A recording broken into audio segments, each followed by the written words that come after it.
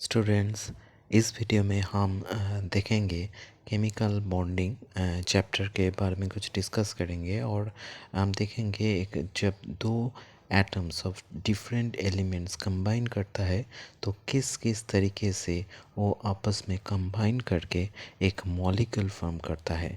तो तीनों तरह का बॉन्डिंग होता है, आप लोग जानते ही होंगे।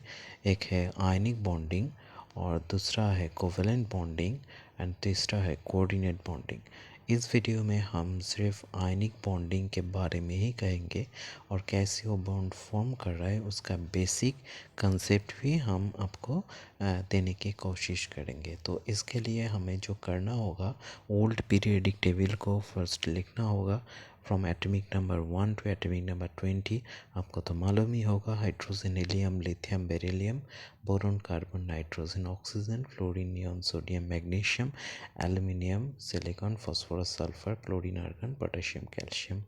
यहाँ पर जो ज़ीरो ग्रुप है, ज़ीरो ग्रुप में जो एलिमेंट्स रहते हैं helium neon argon krypton xenon radon, these elements are called inert elements because they do not take part in any chemical reaction.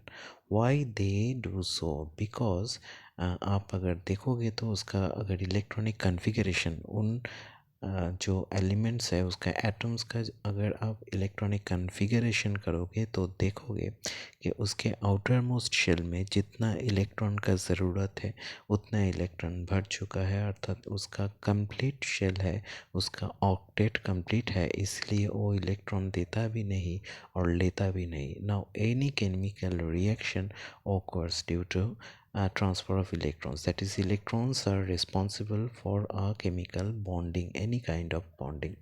अगर वो इलेक्ट्रॉन देना या लेना नहीं चाहेगा तो वो कैसे रिएक्ट कर पाएगा।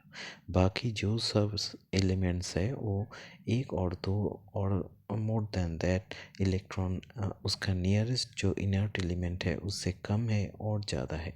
तो सभी लोग तो स्टेबिलिटी की तरफ ही जाना चाहता है, तो इसलिए और जो एलिमेंट्स है वो भी अपने आप स्टेबिलिटी के लिए जाना चाहेगा, इसीलिए वो इलेक्ट्रॉनिक कन्फिगरेशन उसका जो नियरेस्ट इनर्ट एलिमेंट है उसका इलेक्ट्रॉनिक कन्फिगरेशन लेना चाहेगा। तो इसलिए इधर वो इलेक्ट्रॉन देगा और इलेक्ट्रॉन लेगा, ऐसे करके इलेक्ट्रॉन देकर वो कैटायन बनता है और जो उस इलेक्ट्रॉन को लेता है वो एनायन बनता है। ऐसे करके एक कैटायन और एनायन मिलकर जो होता है वो एक आयनिक कंपाउंड होता है, क्योंकि opposite charges attract each other. Now which one will release electron and which one will accept electron, that will depends upon their electropositive और electronegative nature।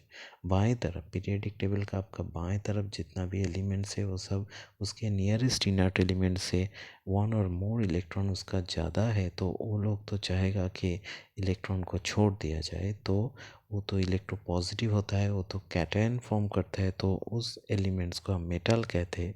और आपके दाहिने तरफ पीरियडिक टेबल में जितना भी एलिमेंट्स है उसका नियरेस्ट इनर्ट एलिमेंट से उसका इलेक्ट्रॉन वन और मोर इलेक्ट्रॉन शॉर्ट है, तो वो चाहेगा इलेक्ट्रॉन लेकर उसका नियरेस्ट इनर्ट एलिमेंट का इलेक्ट्रॉनिक कन्फिगरेशन में अचीव करे और स्टेबल बन जाए। तो इसीलिए उसका टेंडेंसी ये रहता है कि इलेक्ट्रॉन ले।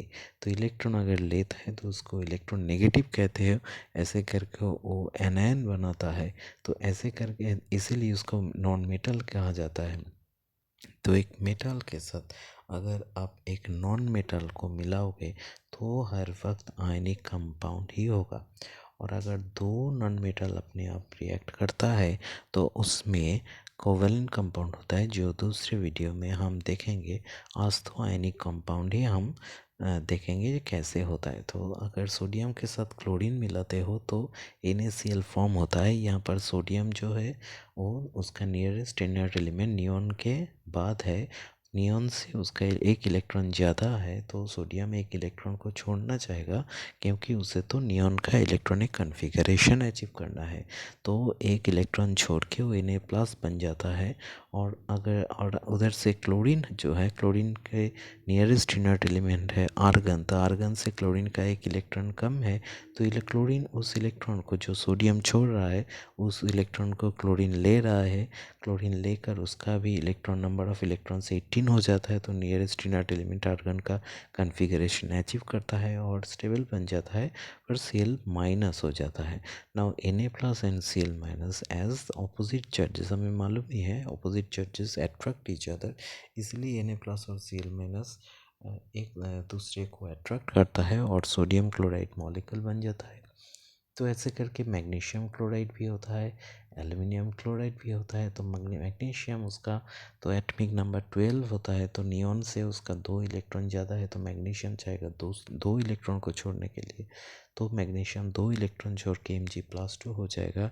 और इसीलिए 2Cl, क्योंकि एक क्लोरीन एटम तो एक ही इलेक्ट्रॉन ले सकता है, तो इसीलिए मैग्नीशियम के साथ 2 क्लोरीन एटम चाहिए। 2 क्लोरीन एटम मैग्नीशियम को छोड़ा गया, 2 इलेक्ट्रॉन लेकर 2Cl माइनस बनाएगा, तो Mg+2 के साथ 2Cl माइनस जुड़कर MgCl2 बनेगा। ऐसे करके एल्युमिनियम क्लोराइड को अगर आप देखोगे तो एल्युमिनियम क्लोराइड का आउटर मोस्ट शेल में तो एक्सेस 3 इलेक्ट्रॉन्स है। और हम ये भी बता सकते हैं कि नियॉन से उसका 3 इलेक्ट्रॉन्स ज़्यादा है, तो एल्युमिनियम 3 इलेक्ट्रॉन्स छोड़ता है, तो Al+3 हो जाता है। Al+3 तीनों Cl एटम तीनों इलेक्ट्रॉन लेता है, लेकर तीनों Cl माइनस होता है, तो Al+3 के साथ तीनों Cl minus just due to the electrostatic force of attraction जुड़ जाता है, जुड़कर AlCl3 होता है। तो ऐसे करके तो मेटल मतलब कि जो इलेक्ट्रोपॉजिटिव होगा, जिसका इलेक्ट्रॉन छोड़ने का आदत होगा, और जो कैटायन फॉर्म कर रहा है उसका ही मेटल कहते हैं। और नॉन मेटल क्या होता है, जो इलेक्ट्रॉन लेता है तो इलेक्ट्रॉन नेगेटिव होता है, और वो एनायन फॉर्म करता है, वो तो नॉन मेटल होता है। तो मेटल के आप क्या सीखे, एक मेटल के साथ अगर आप एक नॉन मेटल को रिएक्ट कराओगे तो हर वक्त क्या मिलेगा आपको, आयनिक कंपाउंड ही मिलेगा, क्योंकि मेटल तो इजीली इलेक्ट्रॉन छोड़ेगा और non metal easily electron accept करेगा, करके एक कैटायन बन रहा है और एक एनायन बन रहा है। नाउ और एक बात यहाँ पर देखने को है, जो जो जिस पीरियड में है, जो जिस ग्रुप में है, उसका वैलेंसी भी ऐसे ही हो रहा है। जैसे कि सोडियम तो और पीरियडिक टेबल में ग्रुप 1 में है, तो उसमें जो भी हो, हाइड्रोजन, लिथियम, उसके नीचे सोडियम के नीचे potassium, then rubidium, caesium, francium, ये सब का वैलेंसी 1 ही होगा। सब उसका नियरेस्ट इनर्ट एलिमेंट्स से एक इलेक्ट्रॉन सबके पास ज़्यादा है, तो सब चाहेगा एक इलेक्ट्रॉन ही छोड़े, तो इसलिए सबका वैलेंसी 1 होता है। तो सबका वैलेंसी 1 होता है और सब 1 इलेक्ट्रॉन छोड़ता है। तो जैसे करके मैग्नीशियम के में बेरिलियम है उसके ऊपर, तो मैग्नीशियम में जो उस सेकेंड ग्रुप में है, और उसमें जो भी होगा उस सब का वैलेंसी 2 ही होगा। ऐसे करके मैग्नीशियम के बाद एल्युमिनियम, उसमें उस ग्रुप में जो भी होगा तो उसका भी वैलेंसी 3 होगा।